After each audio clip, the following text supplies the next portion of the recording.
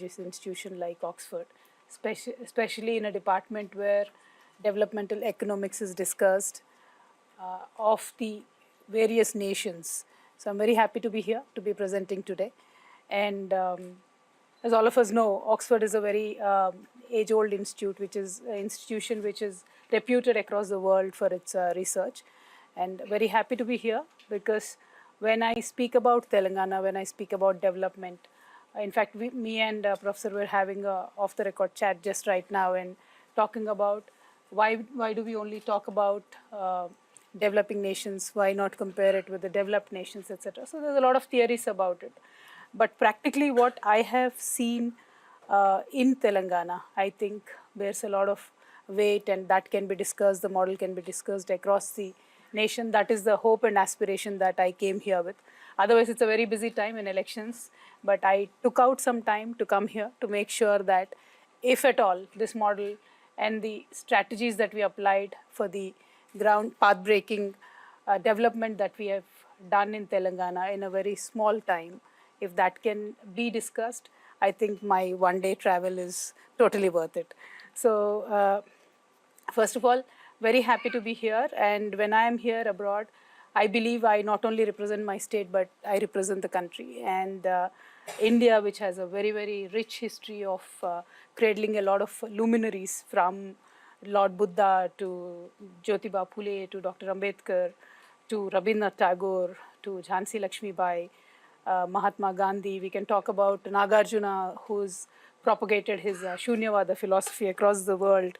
We can talk about Aryabhatta, who's contributed a great deal to the world mathematics.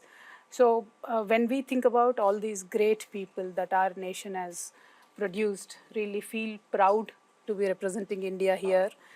Very happy, very that we are able to continue the legacy of both that enlightenment and that innovation that our luminaries have given us. I just hope we can walk on their path and make them proud. And when we think about the luminaries from India, we cannot but ignore Chanakya. His policies, his theory is known as Chanakya Niti, who spoke of governance for the welfare of the people and society. Sometimes it's used in a negative connotation, but when taken in a right sense, it speaks about the welfare of the people and society, and especially his Ardhashastra that provides timeless insights into the responsibilities of a statesman, a guidepost, I think, that echoes in the visionary leadership of our Telangana Chief Minister, K. Chandrasekhar Rao also. We call him KCR very fondly, so here on I'll refer to him as KCR.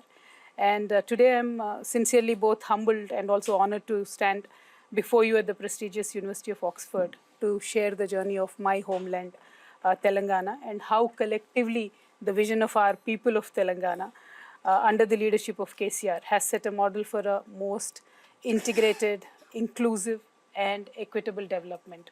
I mean, many people dream about equitable development. We saw it happening, and that's a proud moment for me. I will try and attempt to talk about how Telangana was formed, and then talk about what were the issues that were the most important challenges and how we went on to address it. Well, Telangana is a long-fought journey. Although the state was formed in 2014 in June 2nd, it was a 5-decade-long fight. We were a separate state called Hyderabad state. We existed as a separate state even after Indian independence until 1956. And we were a prosperous state, we were doing good. But then in 1956, a conditional and a forcible merger happened with our neighboring Andhra Pradesh. Then, of course, since then, somehow the merger was never happy, made anybody happy. We were constantly struggling, we were constantly raking up the demand of a separate statehood. That kind of led to a very inequitable development. We've always had this grouse that we did not get our share, and we constantly started raising the issue.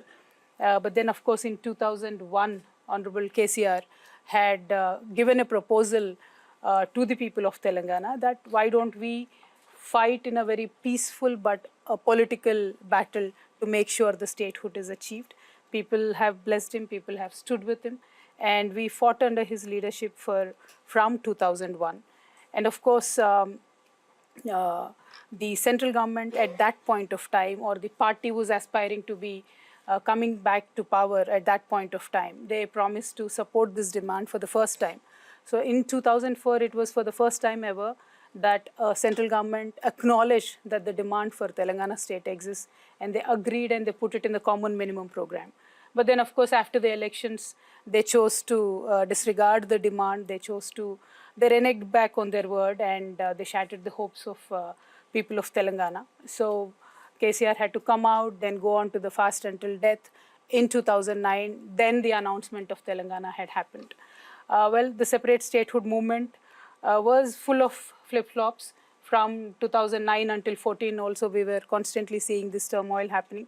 But finally, in 2014, June 2nd, the state was formed. So this is exactly 9.5 years back. And when we look back in 9.5 years, how was Telangana? Because I was just interacting with people here, and she was very happy. Sorry, I don't know your name. Sahishnavi was very happy that she visited Hyderabad and she's seen unprecedented growth. But in 2014, that was not the story. In 2014, the story was out of 10 districts of the state, 9 were declared backward by the central government. 2 districts, Khammam and Mehboob were categorized as the most hungry in the country. And the agriculture and allied sector, which supported around 46% of the population of the state, it was under severe distress, and the farmer suicides were number 2 in the country. It was very unfortunate, but that was the state of affairs. And we were a severely power distressed state. The shortage of power was around 2,700 megawatts, which ultimately led to a power cut of about 4 to 8 hours across the state. And that resulted in industries being shut at least for 2 days in a week, so they could operate in shifts. And neither we had adequate surface water for irrigation, nor did we have enough water for the drinking water. Also, of course, when your whole 9 districts are backward, revenue of the state was in shambles. So that was the situation in 2014, and that was the situation in which we inherited the state. But then what did we do? How did we change that situation from being a power deficit state, from being a state which had no drinking water, from being a state which had no irrigation water, now to a power surplus state, now to a state where we are number 2 in paddy production? How did that transformation happen? And that is the story I'm here to share with all of you. And the leader, KCR, he was an agitator. He was constantly agitating for the state. He has a very sharp wit and a sharp tongue. So he never spared anybody during the agitation. So people did have this fear that what will happen once the Telangana state is formed? How will the rest of the Hyderabad, rest of the people will be taken care of? But what I have seen for any society to transform, the prerequisite is that the leader of that state should understand how to convert his negativities into positivities. And I've seen that change happening in my own leader. Overnight, from an agitator, he became an administrator. He made a statement saying, everybody is equal to me. He stopped using sharp words. He worked in silence. He worked with strategy, which he was always known for. And he worked with commitment and dedication. I think that is a prerequisite that undertook this paradigm shift. And of course, I am very well aware that I am standing in the Department of Economics, so I can't be giving flowery speeches. I should throw in some hard numbers at you. So I will do that too.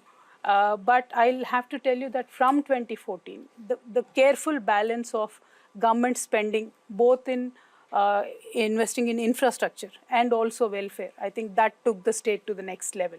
So when we talk about the growth of Telangana in the last 9.5 years, the average of Indian GDP, when you look at all the 9 years, is 118.2% in the last 10 years, from 2014-15 to 2022-23. Whereas the Telangana's average is 155.7%. That's the increase of GSDP. So we always grew over the national average in the last 10%. So our contribution of Telangana state to the central's GDP grew from 4.1% in 2014 to 4.9% now in 22-23. But then the population was constant. It's 2.9 since 2014 till date. So that being constant, this contribution to GDP is the actual wealth or the contribution of my state to the country? Well, other than that, of course, economists take seriously the per capita income of any nation or state. So in 2014-15, we were at 1,12,162. Now, this year, we are at 3,17,115. So we have literally doubled the per capita income of our people. And this is in less than 10 years. But then see, per capita income also at times can be deceiving, because growth could be stagnated in few people's hands, and not everybody probably gets a benefit of the growth. So there is a concept called as Gini coefficient. The lower it is, the better it is for the people. The lower it is, that means everybody gets enough share of the income. I'm very proud to tell you that my state, Telangana, ranks #1 amongst all states in terms of equitable income distribution. And our Gini coefficient is 0.10, which is literally on par with the Nordic nations, or even better than most of them. So this is the thing that makes us all happy. The poorest of the poor is getting the benefit. Everybody is getting the benefit. And how did we achieve this? My personal love, and India is an agrarian nation. We have to understand the fact. Any investment that we make has to be in agriculture. It cannot be ignored. That factor is taken very seriously in Telangana. 46% of our population is into agriculture. So we've made very, very serious investments in agriculture. In 2014, when we started, our agriculture growth was minus. It was minus 0.7%. And now, when you look at 2023, it is 37% in positive. So we have grown leaps and bounds in agriculture. And agriculture allied sectors, it could be dairy, fisheries, meat, poultry, etc. That we have grown by 13.3%. That was also negative, but we've grown now. And the best part is, even during COVID, we've kept on growing at 15.7%. And this is primarily because government intervened and procured every last grain of the crop or the yield that the farmers got. So they didn't have to go around trying to sell it, but the government purchased it, and that is how the farmers got the money.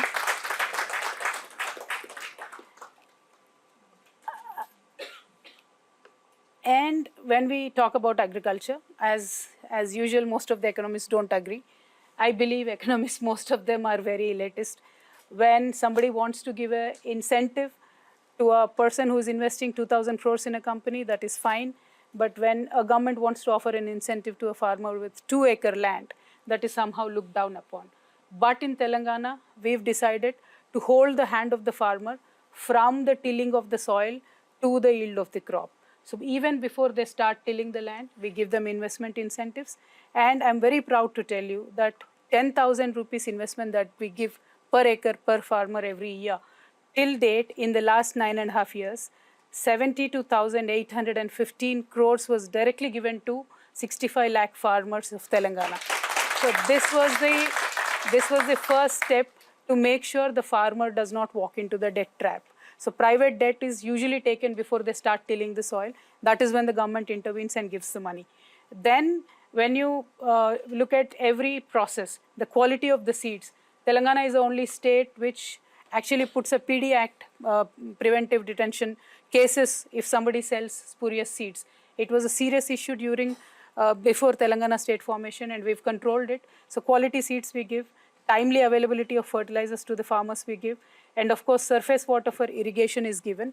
And I'm very proud to tell you today that we are the only state, or probably we are the only government across the world, which gives free water. There is no water cess on the irrigation water to the farmers. And we also give 24 hours free electricity. That again is there nowhere in any country. There is subsidized electricity for agriculture, but Telangana is the only government which gives free electricity, 24 hours free electricity to the farmers.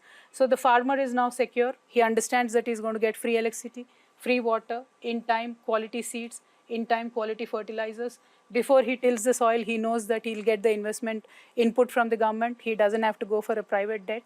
So the farming is done in a much more secured manner. The most important thing, other than all of these factors, is a farmer who has a 1-acre land or a 2-acre land or a half-acre land. Earlier also had the land in his name, but the records were never clear. In India, in many of the states, it is still the issue. So if a farmer has to go for, raise a loan for anything, for a child's education or for some personal use, banks will not give him loan. Despite having a land, he will never get a loan. But the biggest revolutionary step Telangana government has taken up, we've introduced blockchain technology to map the land holdings of each and every farmer. And today, I'm very proud to tell you, 98 to 99% of all the farmland records are cleaned up and properly digitized by the government.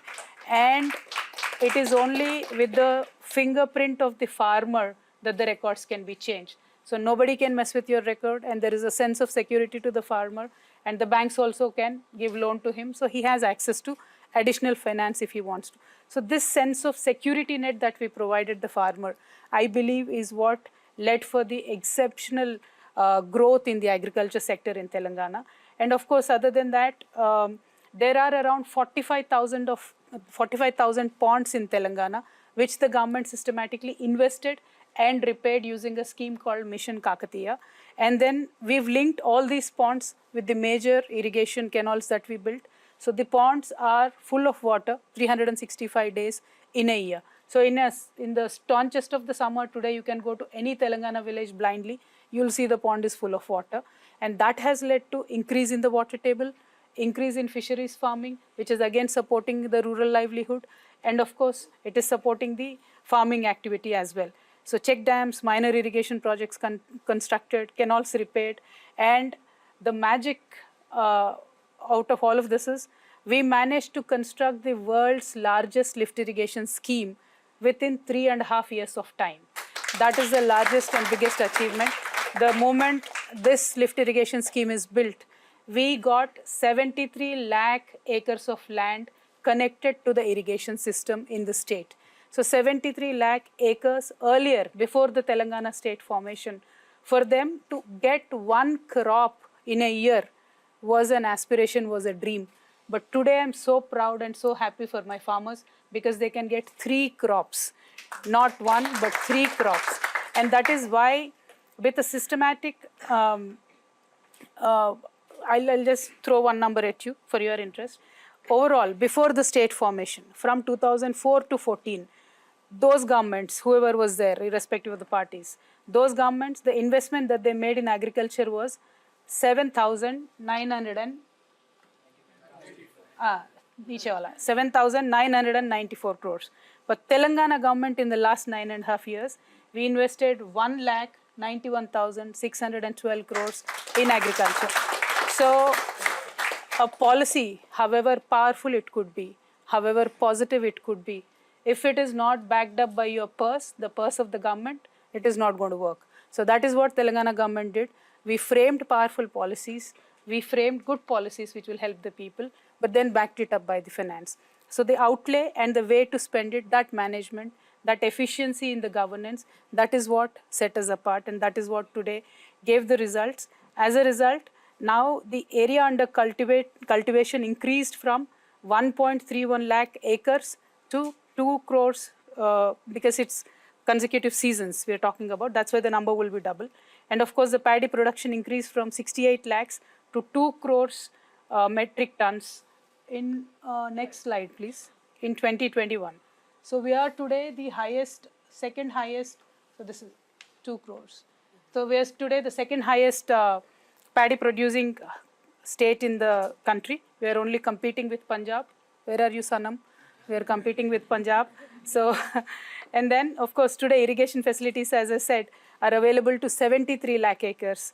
But then next time, once the Palamur lift irrigation scheme is done, then we will be able to connect 50 lakh more acres to that network.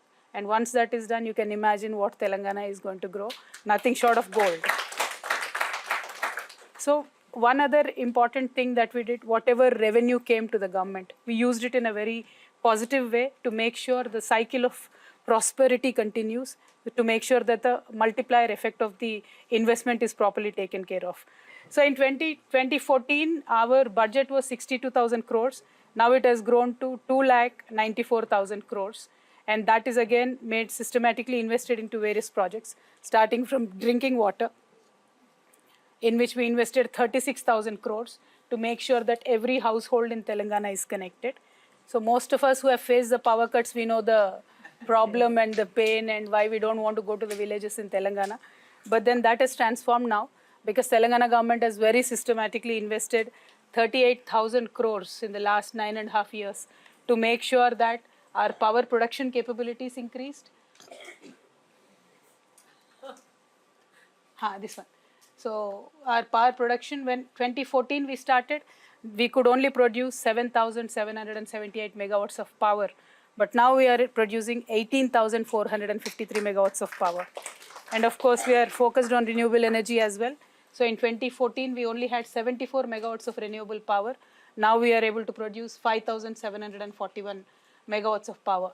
And with the industrial growth, our per capita power consumption, this number has grown to 2126 units. So that is highest in the nation and also almost equal to most of the developed nations. That is an indication that industry is doing well. Most of the individuals are doing well. So that is one of the international indicators. And I'm very happy that Telangana got there.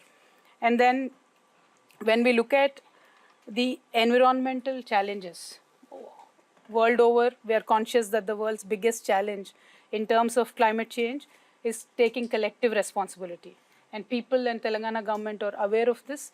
And we have systematically again invested 10,000 crores in a program called Telangana Ku Haritaharam, where we planted saplings, 280 crore saplings. And we made sure we fenced our forests. We made sure we thickened our forests. We made sure, in fact, when they plant saplings in the villages, incentives of watering the plants of like 2 rupees, 2.5 rupees also is given in the villages. And we should be very proud. Telangana is the only state, probably in the world, where in every village you find a government nursery which is there and a park that is built by the government. It is a must and should. Every Telangana village, all the 13,000 villages, you go anywhere, that is available. So that is how we have increased our forest cover by 7.7% with a very, very systematic drive of this and investment. And when I look at problems like California, where they don't have water, I feel, why don't they invest? You know, they can make policies, they can invest. And this is why I was very excited to come to Oxford, because anything that is discussed here can go world over. And if somebody draws inspiration from this model, I think it will help people across the world. And speaking of the industry, this is again very important because not only farming, not only upskilling, but we need to create wealth in order to take care of the poorest of the poor. We need to create wealth. And the wealth creation today, services sector, industry sector, it is very important to make sure that industries feel welcome in Telangana. We came up with a policy, TSI Pass, and this policy is very empowering, not only our people, but also industry.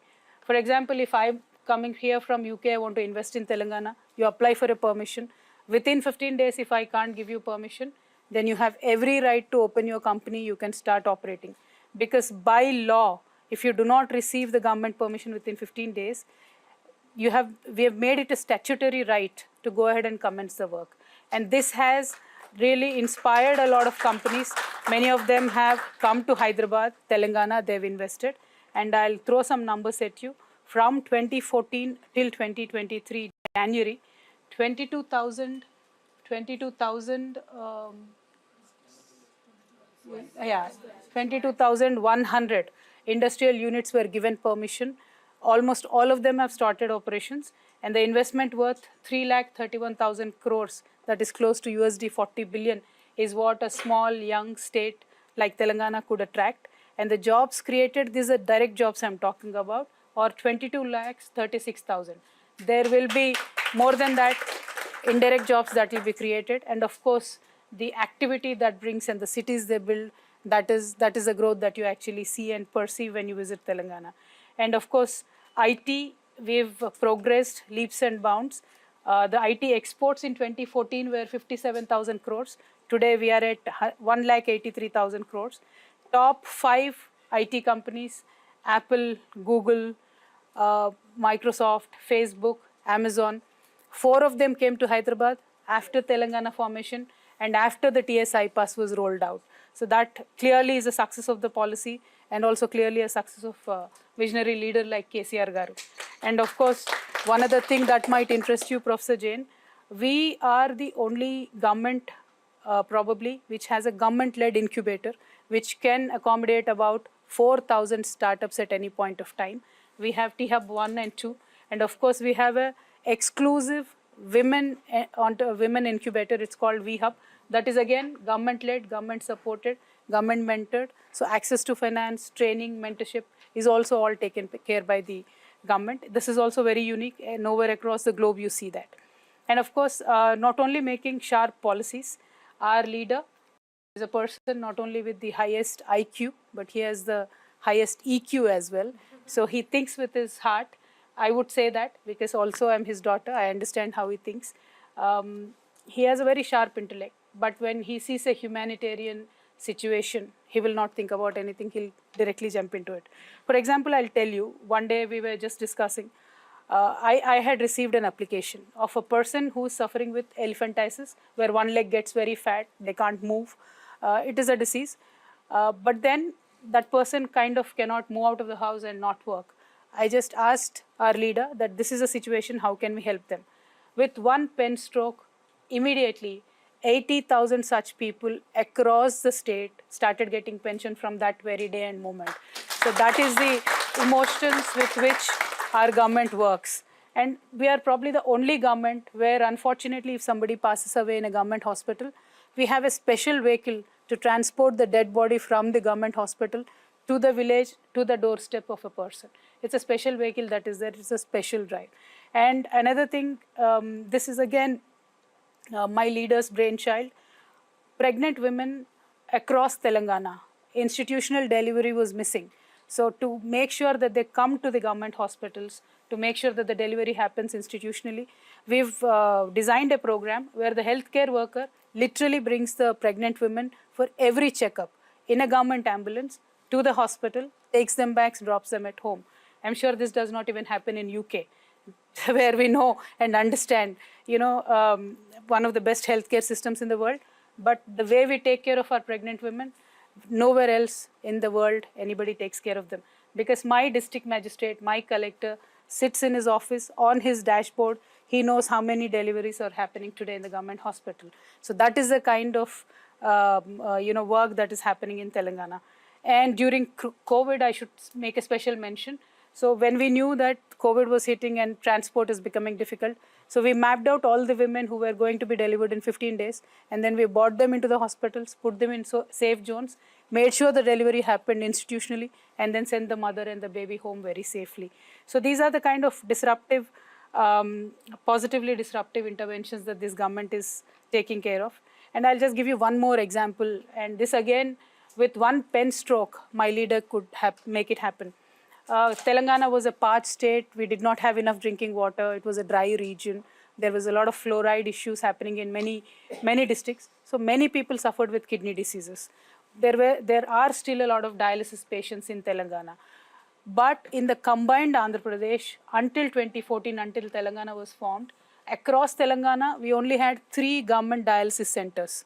When we brought this thing to the attention of our leader, with one pen stroke, he sanctioned 104 dialysis centers across Telangana, and we immediately gave free bus pass to all these dialysis patients. We made sure that they got the most modern care in all these dialysis centers. In the most costliest of the private hospitals, they reuse the machinery for dialysis, but not in Telangana government hospitals. We do it a one-time use and we take care of our patients. And this has really earned a lot of goodwill for the government and the leader. And of course, in every government, we are giving, people try to give pensions, but there is no reason or rhyme or the positive effect of the pension that, the pension would give. Because in 2014, before 2014, when we saw, there were various governments which were giving pensions starting from 70 rupees to 200 rupees to person, which did not really make any difference in their lives. So I gave a number here. In 2014, there were pensions given to 29 lakh people, but the rollout was only 861 crores per year. This is per annum. But in Telangana government today, we give pensions to 44 lakh 12,882 people, but the rollout is 11,628 crores. So unmatchable number, amazing number, which again creates a very positive impact in the lives of the peoples. So this is the positivity that this government is bringing in. And of course, when we talk about education institutes, we only wanted to see one result, that at least 50% of the kids go to the government schools. So we wanted to give a stiff competition to private schools, and we did. Today, this year, 2023, 50% of the kids are opting for government schools. 50% of course are still going to the private institutions. But then there are many numbers that I can give you. The best number that I like, we added 10,000 medical seats, very fresh this year, because in every district headquarters, we wanted to put up a medical college. And before 2014, I can't even begin to tell you, I'll just give you one number. For the backward classes, across the state, we had only 19 institutes. Next slide, I think. 19 institutes. But now we have 310 institutes for just the backward classes, I'm saying, and other numbers I have. But then the number of students, if you look at, earlier it was addressing, the governments were addressing 8,000. Now we are addressing and attending to 1,65,610 students. So these are the kind of numbers, these are the kind of interventions that we are making. I know there's a lot of data and I can keep going, but then I'll have to summarize because we need to close by 8. What I feel is the vision of KCR and this model transcends, all economic matrices. It just touches a human angle in governance. And I understand in economics we always talk about the scarcity drives you to make certain choices. We did have scarce resources when we became a state. We were in dire condition. We were in distress. But the choices that we made led us in a very right way. And we hung on, we held on to those choices. And that is how we are able to create wealth today. And I believe a leader or a society should know how to harness the power of the raw resources that nature gives you into real wealth. I'll give you one example. Godavari River, Pranahita River was always there. It was there before KCR, it is there now, it will be there after KCR also. But the way KCR could build a world's largest lift irrigation project in 3.5 years and could irrigate 73 lakh acres just within a period of 3.5 years, no other leader thought about, no other government thought about. So that is the difference I'm talking about. How do we as a society harness the raw power of the nature that bestows us, and how do we convert it into real wealth? So today, whatever is grown in those 73 lakh acres, that is the wealth of our state. And that is how our GDP is growing. That is how we are growing as a nation. So, the Telangana model, when we talk about, the core of this model is to harness the existing resources that we have. And that I believe we've done wonderfully. And we are fighters. We fought for Telangana. We are fighters. We are fighting for the development of Telangana. And there is a joke in general about governance. They say if there is a bad government and you give them Sahara Desert, what happens is they'll create a scarcity of sand also. So that is bad governance. But when you want to look at a good governance, you should come to Telangana.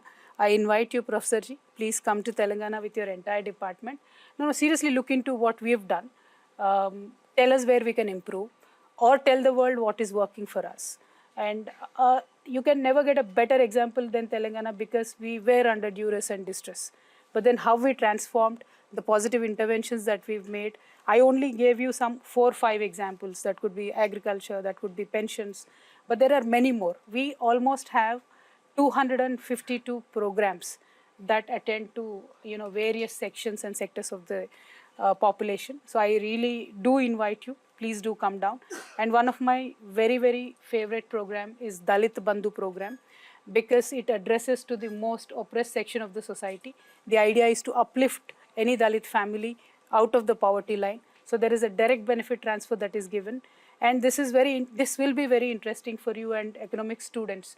Generally, when government give away a loan, even if it is 1 rupee, there are 100 conditions with it. this 1 rupee should be used in this particular way, this 1 rupee should be used, or you should show us how this 1 rupee is going to be paid back to us, etc. But this Dalit Bandhu program, where we give 10 lakh rupees to a Dalit family, we gave them so much freedom. We said, if you want to use this 10 lakh to pay your debt, pay it off. All right, from next day you start afresh. Or you want to divide it into 5 units, use 2 lakhs for this, use 3 lakhs for that, use 3 lakhs for this, you're free to do so. Or 4 people who get Dalit Bandhu, all of you can come together, take 40 lakhs, create a good industry with it, do something else. That freedom was given.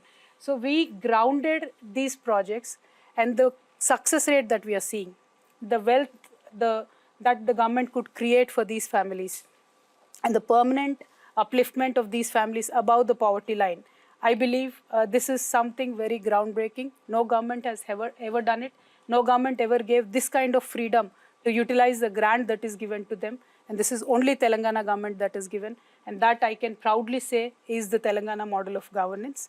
And ultimately, when we look at what all we have done, we gave our society a confidence to, pick and choose what they can do, what they cannot do, where they want to go. If a person from a humble background wants to go study in UK, we are giving them scholarships. If they want to still continue with the traditional livelihood, we give them help from the government. We help them upskilling. Today, I'm very proud to tell you that kids who have gone to do their IIM, IIT, they're coming back and training with us, because our government gives a entrepreneurship program, mentorship and finance to them. So they're coming back after IIT, IIM to the Telangana government, training, and we've trained more than 2,500 people like that, and we've created entrepreneurs. So there are many, many schemes. I can go on and on. I have a huge list. But end of the day, under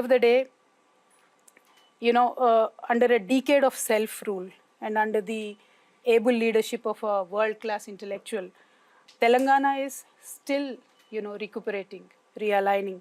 We are still rediscovering, because the pain that we have gone through, the suffering that we have gone through, the decades of neglect that we have gone through, the generational loss of opportunity to create wealth, to become a different people and a society that we have lost, we're still recuperating. So we're stabilized in this 10 years, but this is our springboard now. From here, we will again, jump back. We will have to achieve much more. Now I can say we can dare to dream much bigger dreams than this. And under the able leadership of KCR Garu, I believe we will continue to do so. And once again, in the growth, in the development of any state is the development of the nation. India is also growing. India will become much bigger.